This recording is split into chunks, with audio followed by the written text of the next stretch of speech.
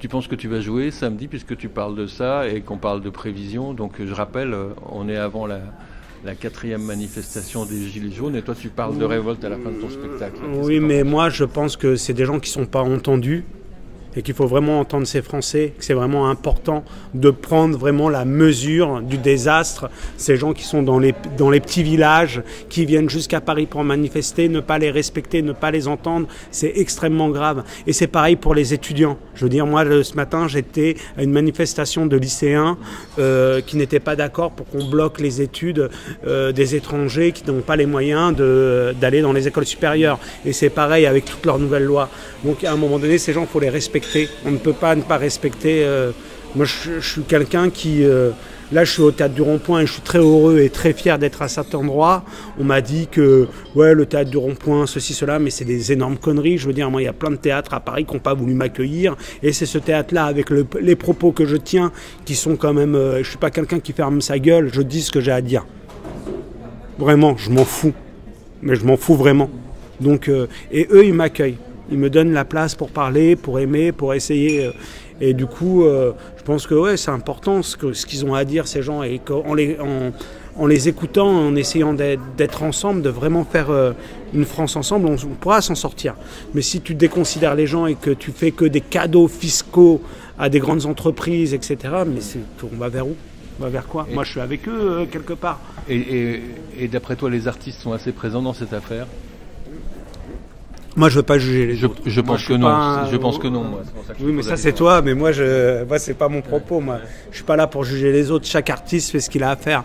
Je veux dire, moi, je vais pas juger les artistes. Je suis pas là pour dire qui est présent. Pas moi, je peux être présent et le dire. Moi, je l'ai écrit sur Facebook dans des endroits comme ça que je soutenais vraiment.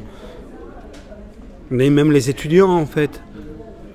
Mais c'est pas à moi de dire et de condamner les gens, si tu veux. C'est pas une place en plus qui m'intéresse vraiment. Vu tout le boulot que j'ai à faire à part ailleurs, sur d'autres questions, je ne veux pas être à cet endroit-là. Et je trouve que c'est pas un endroit qui est tellement beau en fait. Je trouve que tu dis aux gens, ils y vont s'ils se sentent responsables. S'ils se sentent pas responsables, c'est une autre question et peut-être qu'ils placent leur art à un autre endroit.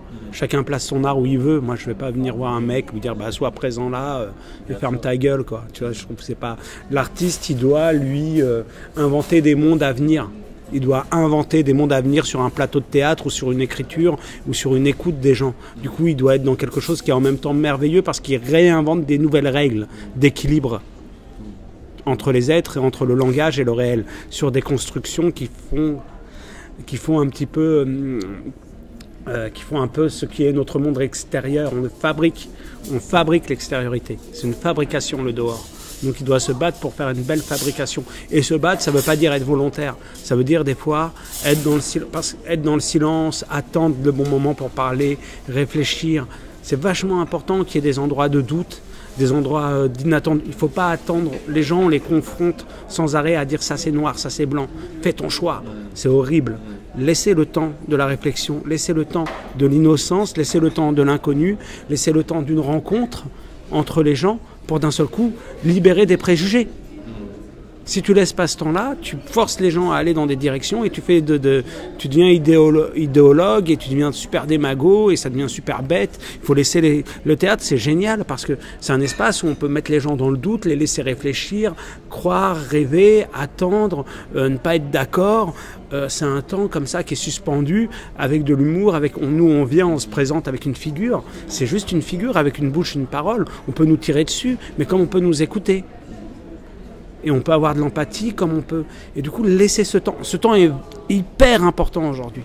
Hyper important de laisser un temps comme ça où les êtres ne sont pas prédéterminés, préfigurés, préjugés, où justement tout peut advenir. Et on peut travailler non pas sur des identités qui sont marquées, mais sur des choses.